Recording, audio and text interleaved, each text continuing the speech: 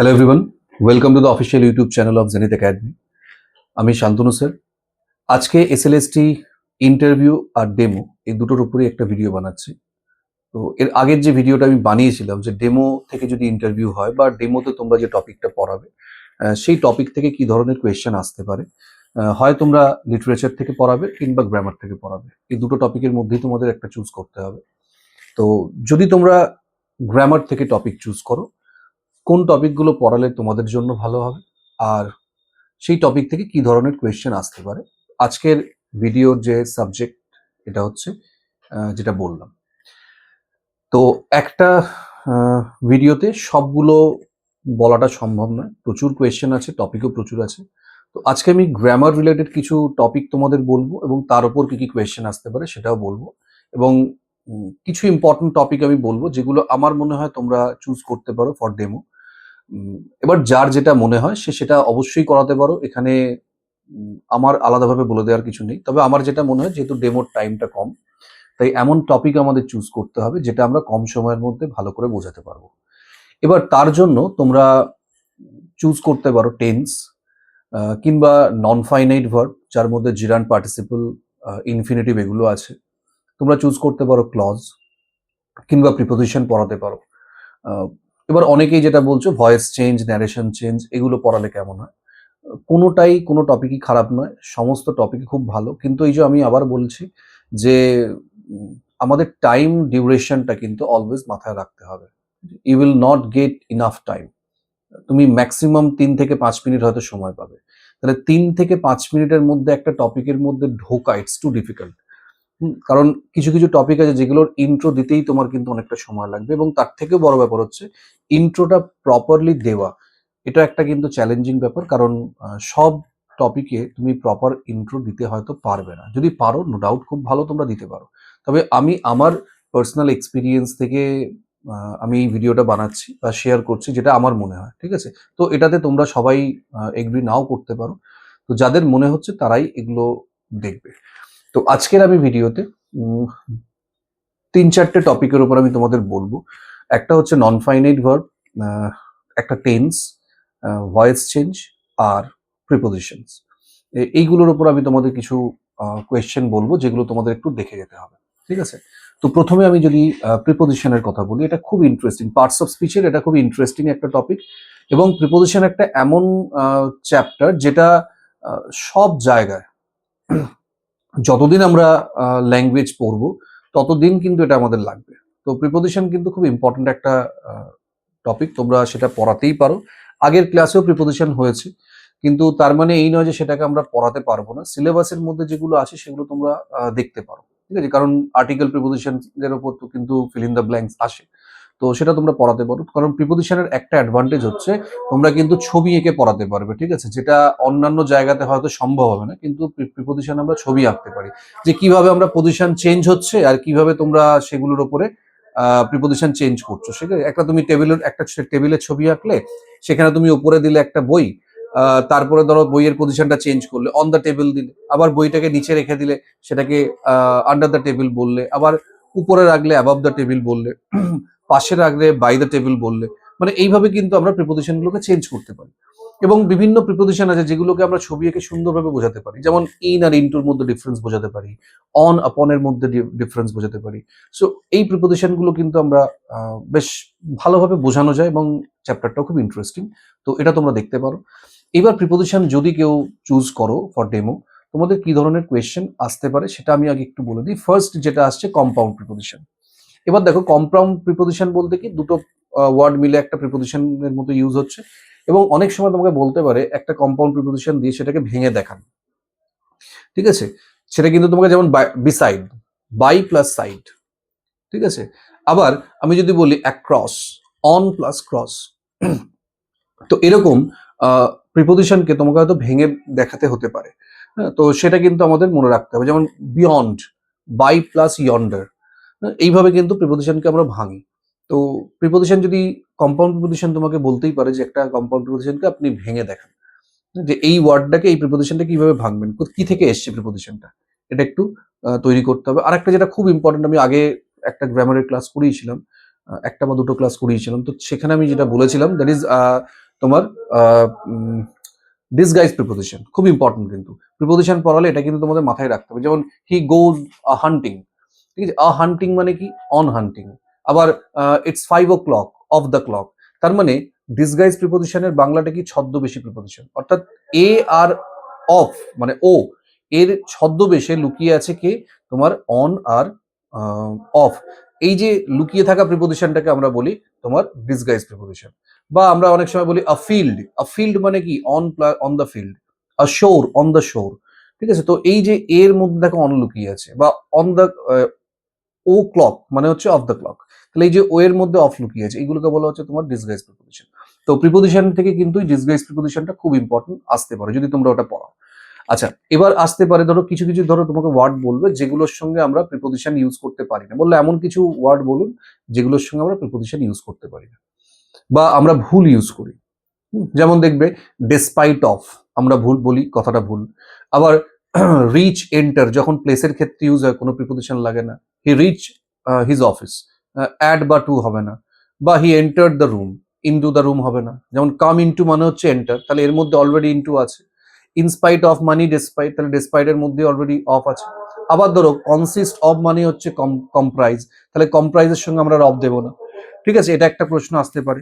এবার কনসিস্টের সঙ্গে আমরা অফ আর ইন দুটো ইউজ করি, কখন অফ ইউজ করি, কখন ইউজ করি। কনসিস্ট অফ সাধারণত কাউন্টেবলের ক্ষেত্রে ইউজ হয়, কনসিস্ট ইন ইউজ হয় তোমার আনকাউন্টেবলের ক্ষেত্রে। যেমন আমি যদি বলি the team consist of five players, ঠিক আছে, তখন কিন্তু আমরা অফ দিলাম। কিন্তু your happiness consist in my wellbeing, abstract noun uncountable, তখন ইন হবে। আবার তোমাকে প্রশ্ন করতে পারে যে মেড অফ মেড ফ্রম এর মধ্যে ডিফারেন্স কি। এর উপর আমি বলেছিলাম যে মেড অফ মানে হচ্ছে ফিজিক্যাল চেঞ্জ, আর মেড ফ্রম মানে হচ্ছে কেমিক্যাল চেঞ্জ। যেমন the chair is made of wood, wine is made from grapes, ঠিক আছে। তো এই ধরনের প্রশ্ন কিন্তু তোমাকে এখান থেকে করতে পারে। তাহলে এই জায়গাগুলো কিন্তু একটু ভালো করে দেখে যেতে হবে যদি প্রিপোজিশন থেকে তোমরা পড়ো। কারণ এই প্রশ্নগুলো খুব কমন প্রশ্ন, যেগুলো তোমাকে করা হতে পারে। কিংবা ধরো দুটো প্রিপোজিশন দিয়ে বললো ডিফারেন্স বলুন, যে বিটুইন আর অ্যামাং, এই দুটো তো আমরা সবাই জানি, বিটুইন আমরা ইউজ করি দুজনের মধ্যে হলে, আর অ্যামাং ইউজ হলে মোর দ্যান টু। কিন্তু এমন একটা সেন্টেন্স বলুন, বা কোথায় দুইয়ের বেশি হলেও আমরা বিটুইনের ইউজ করি, ঠিক আছে। অ্যামং হচ্ছে জেনারেল সেন্স, ইন জেনারেল যদি আমরা বোঝাই তখন কিন্তু আমরা অ্যামং ইউজ করবো, কিন্তু বিটুইন ইউজার স্পেসিফাই করার জন্য। যদি একটা একে দুইয়ের বেশি জিনিস থাকে, সেটা পার্সন হতে পারে, কান্ট্রি হতে পারে, সেটাকে যদি বোঝায়, মেনশন করে স্পেসিফিক্যালি, তখন আমরা বিটুইন বলি। আমি যদি বলি the treaty was signed between, তিনটে দেশের নাম বললাম, ঠিক আছে, তখন কিন্তু বিটুইন হয়ে যাবে। বা his house is situated between the woods, the mountains and the rivers, ঠিক আছে। যখন স্পেসিফাই করে দিচ্ছে তখন কিন্তু আমরা বিটুইনের ইউজ করতে পারি। তাই অ্যামং মানেই যে সবসময় দুইয়ের বেশি হবে কিন্তু বিটুইনে হবে না তা নয়, কিন্তু বিটুইনে আমরা দুইয়ের বেশিতে ইউজ করতে পারি। তো এটা কিন্তু আমাদের মাথায় রাখতে হবে। তো এরকম ছোট ছোট কিছু ডিফারেন্স তোমাদের জিজ্ঞেস করতে পারে প্রিপোজিশন থেকে, যে একটা ওয়ার্ডের সঙ্গে দুটো আমরা প্রিপোজিশন ইউজ করছি, এদের মানে কিভাবে চেঞ্জ হবে, ঠিক আছে। তো এইগুলো একটুখানি তোমরা প্রিপোজিশন যদি পড়াও এগুলো দেখে যাবে। আরো তো প্রচুর প্রিপোজিশন আছে, ফ্রেজাল ভার্ব আছে। তো প্রশ্ন অনেক হতে পারে, বাট কমন কোয়েশ্চেন যেগুলো যেগুলো তোমার জানাটা উচিত। এবার ফ্রেজাল ভার্ব যদি এখন তোমাকে একটা জিজ্ঞেস করে, সবার সব ফ্রেজাল ভার্ব ইনস্ট্যান্ট মনে পড়বে না হয়তো। তো সেক্ষেত্রে তুমি সেটা স্কিপ করতে পারো, বা সরি স্যার এই মুহূর্তে আমার মনে পড়ছে না, কিন্তু এই প্রশ্নগুলো তোমাকে একটুখানি জেনে রাখতে হবে, ঠিক আছে। কারণ এগুলোর উত্তর দিতে পারলেও তোমার ইন্টারভিউয়াররা খুশি হবে। তো এটা হলো আমাদের প্রিপোজিশনের চ্যাপ্টার। আচ্ছা, হ্যাঁ, প্রিপোজিশন থেকে আরেকটা জিনিস আমি ভুলে গেলাম, সেটা হচ্ছে টাইমের ক্ষেত্রে কি কি প্রিপোজিশন ইউজ হয়। On time, in time, by time, এই তিনটে টাইমের মধ্যে ডিফারেন্স কি, এটা কিন্তু জিজ্ঞেস করতে পারে। ইন টাইম মানে কি হচ্ছে স্টিপুলেটেড টাইমের মধ্যে। হ্যাঁ, যেমন আমি যদি বলি যে we should reach school for the exam in time, মানে সময়ের আগে চলে যেতে হবে। আর অন টাইম মানে হচ্ছে এক্স্যাক্ট টাইম, যে সময় বলছে সেই সময়। আর বাই টাইম মানে হচ্ছে একটা স্টিপুলেটেড টাইমের মধ্যে, যেমন I shall have completed the work by time, বা বাই টুমরো। তো এরকম যখনই বাই বলছে মানে ওই সময়ের মধ্যে আমাকে কমপ্লিট করে রাখতে হবে। আর অ্যাট কখন ইউজ হয়, যখন টাইমটা মেনশন করা থাকে। অ্যাট মানেও এক্স্যাক্ট টাইম, কিন্তু যখন টাইম মেনশন করবে, যেমন অ্যাট 6 o'clock, 7 o'clock এরকম যদি বলে তখন অ্যাট। আর এক্স্যাক্ট টাইম যদি মেনশন করা না থাকে তখন অন। এটা হলো। আরেকটা হতে পারে তোমার অ্যাট টাইমস। আমরা অনেক সময় বলি অ্যাট টাইমস। অ্যাট টাইমস কথাটা মনে হচ্ছে সামটাইম। তো টাইমের ক্ষেত্রে কি কি প্রিপোজিশন ইউজ হয় এইগুলো একটুখানি আমাদের মাথায় রাখতে হবে। ঠিক আছে? তো এটা হলো আমাদের প্রিপোজিশন। এবার আসি আমি নন ফাইনাইট। নন ফাইনাইট আর ফাইনাইটের মধ্যে ডিফারেন্স জেনে রাখতে হবে। তোমাকে জিজ্ঞেস করতে পারে দুটো ডিফারেন্স বলুন নন ফাইনাইট আর ফাইনাইটের মধ্যে। একটা ডিফারেন্স কি, নন ফাইনাইটের কোনো কমপ্লিট মিনিং থাকে না, কিন্তু ফাইনাইটের কমপ্লিট মিনিং থাকে। এটা একটা ডিফারেন্স। আর কি ডিফারেন্স আছে, যে নন ফাইনাইট ভার্ব তার ফর্ম চেঞ্জ করতে পারে না, কিন্তু ফাইনাইট ভার্ব ফর্ম চেঞ্জ করতে পারে। যেমন গো, ওয়েন্ট, গান বলতে পারি, কিন্তু টু গো বা গোয়িং কে আমরা কিন্তু কোনো ফর্মে লিখতে পারি না। তার ফলে কি হয়, আমরা ফাইনাইট থেকে টেন্স ডিটারমাইন করতে পারি। আমরা একটা সেন্টেন্স কি টেন্সে আছে সেটা আমরা সবসময় ফাইনাইট ভার্ব দেখে বুঝবো, কখনো নন ফাইনাইট ভার্ব দেখে বোঝা যায় না। ঠিক আছে? এটা একটা ডিফারেন্স হয়ে গেল। তো এইগুলো একটু মাথায় রাখতে হবে। এবার আসছি আমরা নন ফাইনাইটের ক্লাসিফিকেশন। সেখানে আমরা পাচ্ছি কি ইনফিনিটিভ, জিরান, ভার্বাল নাউন, আর তোমার প্রেজেন্ট পার্টিসিপল বা পাস্ট পার্টিসিপল হয়। এইগুলোর মধ্যে ডিফারেন্স আমি অলরেডি বানিয়ে রেখেছি, তো এগুলো নিয়ে আমি আলাদাভাবে আর বেশি ডিটেলে বলছি না। তো এইগুলো একটু মাথায় রাখবে। প্রেজেন্ট পার্টিসিপল কাকে বলে, ভার্বাল নাউন কাকে বলে, ভার্বাল নাউন আর জিরান্ডের মধ্যে ডিফারেন্স কি। তো এই যে ডিফারেন্স গুলো, বা তোমাকে হয়তো এক্সাম্পল দিতে বলতে পারে যে একটা ভার্বাল নাউনের এক্সাম্পল দিন, একটা জিরান্ডের এক্সাম্পল দিন, বোথ আর নাউন, কিন্তু ডিফারেন্স কি করে বুঝবো? ঠিক আছে? তো আমি আগের ভিডিওতে বলেছি, তবু আমি তোমাদের বলে দিচ্ছি। জিরান্ড মানে হচ্ছে ভার্বের সঙ্গে আইএনজি হয়ে নাউন, কিন্তু জিরান্ডের আগে যদি দ্য পরে যদি অফ থাকে তখন সেটাকে আমরা সাধারণত ভার্বাল নাউন বলি। ঠিক আছে? যেমন the smoking of the boy irritates us, তখন কিন্তু এটা ভার্বাল নাউন হয়ে যাবে। কিন্তু smoking is injurious to health, তখন এটা আবার জিরান। আবার ভার্বাল নাউনটা হচ্ছে পিওরলি নাউনের কাজ করবে। যেমন he I bought the painting, I bought the painting, এখানে পেন্টিং এর মধ্যে কোনো ভার্বের ফোর্স নেই, কিন্তু এটা পিওরলি একটা নাউন। এটা এটা কিন্তু আমরা জিরান বলবো না, এটাকে ভার্বাল নাউন বলবো। কিন্তু he stop painting the portrait, তখন কিন্তু এটা আবার জিরান্ড হয়ে যাবে। ঠিক আছে? আবার আইএনজি দিয়ে পার্টিসিপলও হতে পারে, প্রেজেন্ট পার্টিসিপল, কিন্তু প্রেজেন্ট পার্টিসিপল কখন হবে, যখন এটা অ্যাডজেক্টিভের মতো ইউজ হবে। ঠিক আছে? I saw the artist painting a portrait, তখন কিন্তু এটা আবার প্রেজেন্ট পার্টিসিপল। তো এগুলো একটু বই দেখে দেখে নেবে। আমি সব ধরে ধরে বলতে গেলে তো অনেক বড় ভিডিও হবে। আমি টার্মগুলো বলে দিচ্ছি, যেগুলো তোমরা একটু যে কোনো গ্রামার বই মাধ্যমিকে যদি তোমাদের কাছে থাকে সেগুলো দেখে নিলে তোমরা সেখান থেকে পেয়ে যাবে। আচ্ছা, এটা হলো তোমার ইনফিনিটিভের একটা ইউজ। আচ্ছা, এবার ইনফিনিটিভের কিছু টাইপ তোমাদের জিজ্ঞেস করতে পারে। জিরান্ডিয়াল ইনফিনিটিভ কাকে বলে, সিম্পল ইনফিনিটিভ কাকে বলে, বা পারফেক্ট ইনফিনিটিভ কাকে বলে, এই ধরনের প্রশ্ন কিন্তু আসতে পারে। পারফেক্ট ইনফিনিটিভের এক্সাম্পলটা আমি একটা যেমন বলে দিচ্ছি। ধরো ধরো তোমাকে যদি বলে যে ধরো তুমি এরকম বলতে পারো যে the villagers reported to have seen strange animal last night. ঠিক আছে? তো এই যে টু হ্যাভ সিন মানে পারফেক্ট ইনফিনিটিভ মানে হচ্ছে টু প্লাস হ্যাভ, তার সঙ্গে তোমার ভার্বের থার্ড ফর্ম, এটাকে আমরা বলবো পারফেক্ট ইনফিনিটিভ। বা he claims to have read all the books of Shakespeare, তখন কিন্তু আমরা এখানে টু হ্যাভ ইউজ করবো, এটা পারফেক্ট ইনফিনিটিভ। আর জিরান্ডেল ইনফিনিটিভ বলতে যেখানে আমরা কজ এফেক্ট বোঝাবো, মানে কোনো কজ থাকবে, কোনো পারপাস থাকবে। ঠিক আছে? সেটা যেমন I want some water to drink, মানে ওয়াই, কেন চাইছি, ফর ড্রিঙ্কিং। তো এই যে কজের ব্যাপারটা বোঝাচ্ছে, সেটাকে আমরা জিরান্ডিয়াল ইনফিনিটিভ বলবো। ঠিক আছে? আচ্ছা, এটা হলো তোমার ইনফিনিটিভের ব্যাপারটা। আর একটা ইনফিনিটিভ আসতে পারে, সেটা হচ্ছে বেয়ার ইনফিনিটিভ। কখন আমরা টু এর ইউজ করি না, যেমন লেট, মেক, সি, এই যে ভার্বগুলো আছে এদের পর কিন্তু আমরা সাধারণত টু এর ইউজ করি না। যেমন ধরো হি লেট মি গো, আমি কখনো he let me to go বলতে পারবো না। এই একটা ব্যাপার আমাদের মাথায় রাখতে হবে কিন্তু। কিংবা তুমি যদি এরকম বলো যে আই ধরো বলো হি মেড মি ক্রাই, হি মেড মি ক্রাই, এখানে কিন্তু made me Cry, to cry নয়, কিন্তু টুটা এখানে সাইলেন্ট আছে। তো এটাকে আমরা বেয়ার ইনফিনিটিভ বলবো। তো কিন্তু যখন এই মেক বা সি এদের যখন আমরা প্যাসিভ ভয়েস করব, তখন কিন্তু আবার টু চলে আসবে। যেমন he made me love, I was made to love by him, এটা প্যাসিভ করলে কিন্তু এইভাবে চেঞ্জ হবে। তো এগুলোকে আমরা বেয়ার ইনফিনিটিভ বলি। তো ইনফিনিটিভের এই জায়গাগুলো মনে রাখতে হবে, পারফেক্ট ইনফিনিটিভ কাকে বলে, জিরান্ডিয়াল ইনফিনিটিভ কাকে বলে, বেয়ার ইনফিনিটিভ কাকে বলে, এইগুলো একটু মনে রাখবে। আচ্ছা, এইবার আসছি আমরা তোমার জিরান পার্টিসিপল তো বললাম, জিরান পার্টিসিপলের মধ্যে ডিফারেন্স কি এক্সাম্পল দিয়ে তোমরা একটু বোঝাতে পারো। বা আমি জিরান পার্টিসিপল বোঝানোর সময় আগের ভিডিওতে আমি তোমাদের বলেই দিয়েছিলাম যে যখন অ্যাকশন বোঝাবে তখন সাধারণত পার্টিসিপল হয়। যেমন আ ওয়াকিং ম্যান, এখানে কিন্তু পার্টিসিপল হচ্ছে। ওয়াকিং মানে ম্যানটা অ্যাকশন বোঝাচ্ছে। ওয়াকিং স্টিক আবার কিন্তু জিরান্ড হয়ে যাবে। ঠিক আছে? তো এইগুলো এইভাবে আমরা বোঝাতে পারি।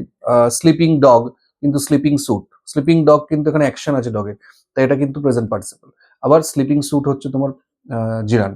তো এইভাবে তোমরা ডিফারেন্সগুলো বোঝাতে পারো। বইটা একটুখানি তোমরা দেখে নেবে।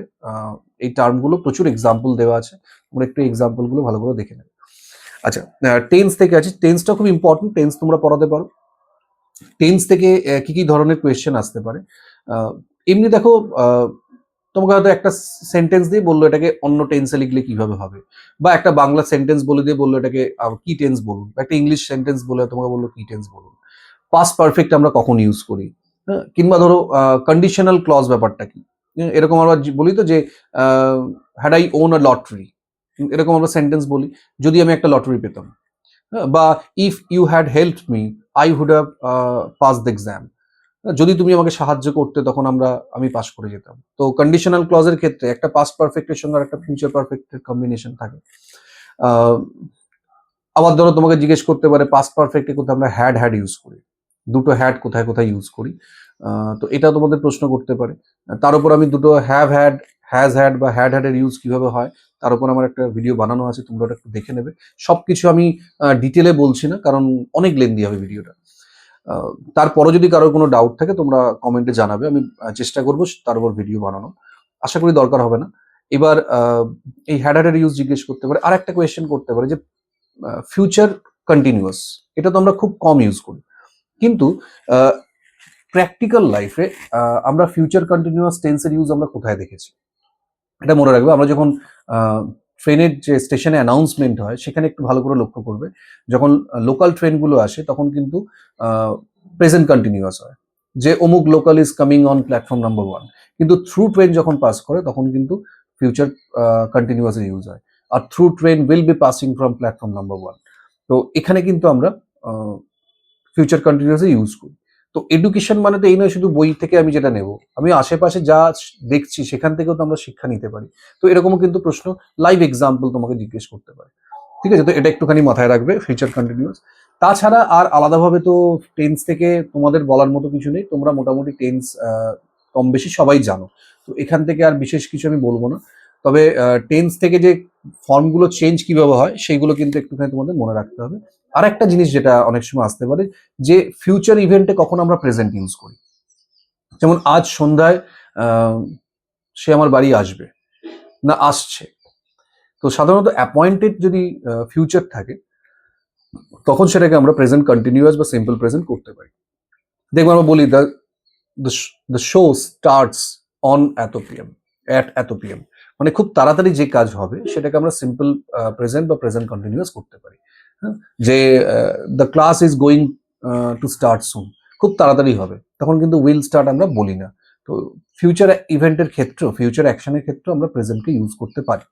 তো এরকম প্রশ্ন করতে পারে আর কি। তো অ্যাপয়েন্টেড ফিউচার হলে বা নিয়ারেস্ট যদি ফিউচার হয় তখন কিন্তু আমরা সেটাকে প্রেজেন্ট কন্টিনিউয়াস বা সিম্পল প্রেজেন্ট করতে পারি। ঠিক আছে, তো এটা হয়ে গেল আমাদের টেন্সের ব্যাপারটা, এগুলো তোমরা পড়াতে পারো। এবার যদি ভয়েস চেঞ্জ পড়াতে যাও, তবে আমি সবাইকে বলবো চেষ্টা করবে ভয়েস নারেশনটাকে অ্যাভয়েড করার, কিন্তু কারোর যদি ভালো প্রিপারেশন থাকে অবশ্যই তোমরা পড়াতে পারো। ভয়েস চেঞ্জ করতে গেলে আমাদের ভয়েসের টাইপগুলো জানতে হবে, active passive voice, Wasi passive ভালো করে তোমরা দেখে যাবে। তারপরে ধরো তোমার ভার্বাল নাউনের ভয়েস চেঞ্জ কিন্তু আমরা খুব ভুল করি, যেমন I saw the cow feeding, sorry I saw the feeding of the cow, আমরা কিন্তু the feeding of the cow are seen by me করবো না, the I saw the cow being fed করবো। যখনই ভার্বাল নাউন এরকম থাকবে the plus gerund plus of, তখন আমরা কিন্তু এইভাবে প্যাসিভটা করবো। বা we went to see the launching of the ship, we went to see the sheep being launch. তো এইভাবে কিন্তু আমরা ভার্বাল নাউন যদি থাকে অবজেক্টের জায়গাতে তখন এইভাবে প্যাসিভ করবো। আবার অনেক সময় তোমাকে এরকম জিজ্ঞেস করতে পারে যে আমরা কোন ভার্বের প্যাসিভ করতে পারি। সবসময় আমরা ট্রানজিটিভ ভার্বে প্যাসিভ করব, ইনট্রানজিটিভ ভার্বে প্যাসিভ হয় না। এবার তোমাকে প্রশ্ন করতে পারে যে এমন কোন এক্সাম্পল দিন যেখানে ইনট্রানজিটিভ ভার্বেরও প্যাসিভ হচ্ছে। সেটা কগনেট অবজেক্টে চলে যেতে হবে আমাদের। যেমন ধরো লিভ, তারপরে ড্রিম, রান, এগুলো তো তোমার ইনডাইরেক্ট এই ইনট্রানজিটিভ ভার্ব, এদের তো অবজেক্ট বসে না। যেমন ধরো হি র্যান ভেরি ফাস্ট, এর অবজেক্ট দরকার নেই, কিন্তু আমরা এদের সঙ্গে অবজেক্ট দিতে পারি। কখন? He ran a race, he dreamed a dream, he lived his life. তখন কিন্তু এগুলো দেখো, এগুলোকে কগনেট অবজেক্ট বলা হয়, ভার্ব আর অবজেক্টটা একই। তো এদের কিন্তু আমরা প্যাসিভ করতে পারি। তাহলে ইনট্রানজিটিভ ভার্ব কেও আমরা প্যাসিভ করতে পারি এই পার্টিকুলার জায়গাগুলোতে। তো এই ধরনের প্রশ্ন কিন্তু আসতে পারে। প্যাসিভ করার সময় কোথায় আমরা লেটের ইউজ করব, কোথায় হ্যাভ আর গেটের ইউজ করব, খুব ইম্পর্টেন্ট কোয়েশ্চেন। এটাও তোমাকে জিজ্ঞেস করতে পারে যে কখন আমরা লেটের ইউজ করি। যখন কোনো কাজ তোমায় করতে বলা হচ্ছে, তুমিই করছো, তখন let. Open the door, you open the door, তুমি দরজাটা খুলছো, তাহলে let the door be open. কিন্তু আমি যদি বলি repair your car, you repair your car, কিন্তু তুমি তোমার গাড়ি তো সারাচ্ছ না, কাউকে দিয়ে সারিয়ে নিচ্ছ, তখন আমরা গেট বা হ্যাভ এর ইউজ করবো। ঠিক আছে? তো যেমন আমি আমার চুল কেটেছি, কথাটা কিন্তু কেটেছি না, আমি আমার চুল কাটিয়েছি, তাহলে I have my hair cut, আমি কিন্তু আই কাট মাই হেয়ার বলতে পারবো না। তো এই ইউজগুলো কিন্তু আমাদের একটুখানি জেনে রাখতে হবে। এই বেসিক কোয়েশ্চেনগুলো তোমরা একটু ভালো করে জেনে রাখবে, পাসিভ প্যাসিভটা একটু ভালো করে দেখে যাবে। আর ভার্বের কিভাবে আমরা ফর্ম চেঞ্জ করবো, কিছু কিছু ডিফিকাল্ট ফর্ম আছে ভার্বের, যেগুলো অনেক সময় আমরা ভুল করে ফেলি, তো সেই ফর্মগুলো একটু ভালো করে দেখে যাবে। আপাতত এই চ্যাপ্টারগুলো একটু ভালো করে দেখে যাও। এর বাইরেও অনেক চ্যাপ্টারই আছে, তোমরা সেগুলো দেখতে পারো। ন্যারেশন চেঞ্জ করাতে পারো, জয়নিং বা এই ধরনের ক্লজ করাতে পারো। ক্লজও খুব ইম্পর্টেন্ট। ক্লজের উপর আমি অলরেডি একটা ভিডিও বানিয়ে রেখেছি, ওটাকে আর আলাদাভাবে জন্য বলছি না। ক্লজও খুব ইন্টারেস্টিং। আমি একটা ডেমো বানিয়েছি ক্লজের উপর, ক্লজ আর ফ্রেজের উপরে, তো এটা একটু দেখে যাবে। প্রিপোজিশন থেকে আরেকটা কোয়েশ্চেন আসতে পারে যে প্রিপোজিশনাল ফ্রেজ, তো একটা এক্সাম্পল দিই। হ্যাঁ, যে ধরো আমি বললাম যে বিকজ অফ, কিংবা in front of, with a view two, এই ধরনের ফ্রেজগুলোকে আমরা প্রিপোজিশনাল ফ্রেজ বলি। এইবার প্রিপোজিশনাল ফ্রেজ আর অ্যাডভার্বিয়াল ফ্রেজ মাঝে মধ্যেই গোলাবে, কারণ দুটোই কিন্তু একটা টাইমকে বোঝায়, দুটোর মধ্যেই প্রিপোজিশন থাকতে পারে। কিন্তু সাধারণত প্রিপোজিশনাল ফ্রেজগুলোতে শেষে একটা প্রিপোজিশন থাকে। ঠিক আছে? যেমন আমি যদি বলি the man was standing at the gate, এখানে অ্যাট দ্য গেট কিন্তু অ্যাডভার্বিয়াল ফ্রেজ, প্রিপোজিশনাল ফ্রেজ নয়। ঠিক আছে? কিন্তু ইন ফ্রন্ট অফ যখনই বলে দেবো, তখন আবার প্রিপোজিশনাল ফ্রেজ হয়ে যাবে। তো এই ডিফারেন্সটা অনেক সময় জিজ্ঞেস করতে পারে, কারণ ফ্রেজ থেকে যদি যারা ক্লজ পড়াবে সেখান থেকে ফ্রেজের উপর কোয়েশ্চেন হতে পারে। কেউ একজন জিজ্ঞেস করে, ফ্রেজ তো আমাদের ক্লাস 8-এ আছে, তো 9-এ কি আমি কি পড়াতে পারবো, 9-10-এ? ফ্রেজ আলাদাভাবে পড়াবে না, তুমি ক্লজের সঙ্গে ফ্রেজ বলতেই পারো, কারণ একটার সঙ্গে একটা রিলেট করে তোমরা পড়াতেই পারি। ক্লজ বোঝাতে গেলে ফ্রেজ বোঝানোটাও কিন্তু দরকার। তো ক্লজ থেকে যারা পড়াবে এই জায়গাটা কিন্তু একটু ভালো করে দেখবে। আর প্রিপোজিশনের ব্যাপারটা তো বললাম।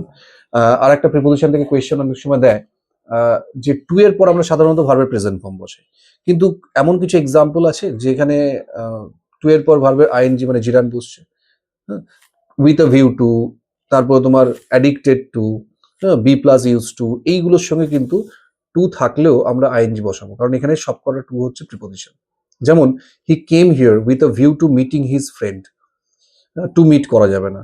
বা I am looking forward to receiving your letter, তখন কিন্তু রিসিভিং করবো আমরা, রিসিভ করবো না। সব জায়গায় নয় কিন্তু। আবার I want to go to school বলবো, গোয়িং বলতে পারবো না। ঠিক আছে? এইটা একটুখানি দেখে যাবে। আর টু আর ফরের মধ্যে কজ বোঝাতে আমরা কিভাবে ইউজ করব, দুটোই তো আমরা কারণ বোঝাতে ইউজ করতে পারি। হোয়াই দিয়ে কোয়েশ্চেন করলে, যেমন আমি প্রিন্সিপালের সঙ্গে দেখা করতে গিয়েছিলাম, তাহলে I went to meet the principal, for meeting the principal বলতে পারি না। কিন্তু প্রিন্সিপালের সঙ্গে দেখা করার জন্য আমাকে বকা খেতে হয়েছে, তাহলে I was scolded for meeting the principal. মানে টু প্লাস ভি ওয়ান কখনো যখন অ্যাকশনটা ইনকমপ্লিট হয়নি, আর ফর প্লাস আইএনজি হচ্ছে যখন কাজটা হয়ে গেছে। তাহলে আমি দেখো অলরেডি প্রিন্সিপালের সঙ্গে দেখা করে ফেলেছি, তার জন্যই তো বকা খেয়েছি, তাই আমরা ফর মিটিং বলবো। কিন্তু যখনই আমি বলছি টু মিট দ্য প্রিন্সিপাল, আমি দেখা করতে গিয়েছিলাম, কিন্তু এর মানে বোঝায় না যে আমি দেখা করেছিলাম। তো এই ডিফারেন্সগুলো একটুখানি তোমরা দেখে যাবে, যারা যারা ডেমোর জন্য এই টপিকগুলোকে চুজ করবে ভাবছো। তারপর যদি তোমাদের মনে হয় যে আর কোনো টপিকের উপর আমরা চুজ করতে চাইছি, সেখান থেকে কি কি কোয়েশ্চেন আসতে পারে তোমরা কমেন্টে বলবে, আমি চেষ্টা করব তার উপর একটা ভিডিও বানিয়ে দেওয়ার। ঠিক আছে? তো আজকের জন্য এটুকুই। তোমরা এগুলো একটু ভালো করে দেখো, কারো কোনো ডাউট থাকলে অবশ্যই কমেন্টে জানাবে। আর আবার বলছি, চ্যানেলটাকে সাবস্ক্রাইব করো, সবার সঙ্গে শেয়ার করো। এসএলএসটি ছাড়াও অন্যান্য পরীক্ষার উপরও ভিডিও আমি আপলোড করছি, সেগুলো সবাই দেখতে পাবে। তো আজকের জন্য এটুকুই। নেক্সট ক্লাসে আবার দেখা হচ্ছে নতুন আরেকটা টপিক নিয়ে।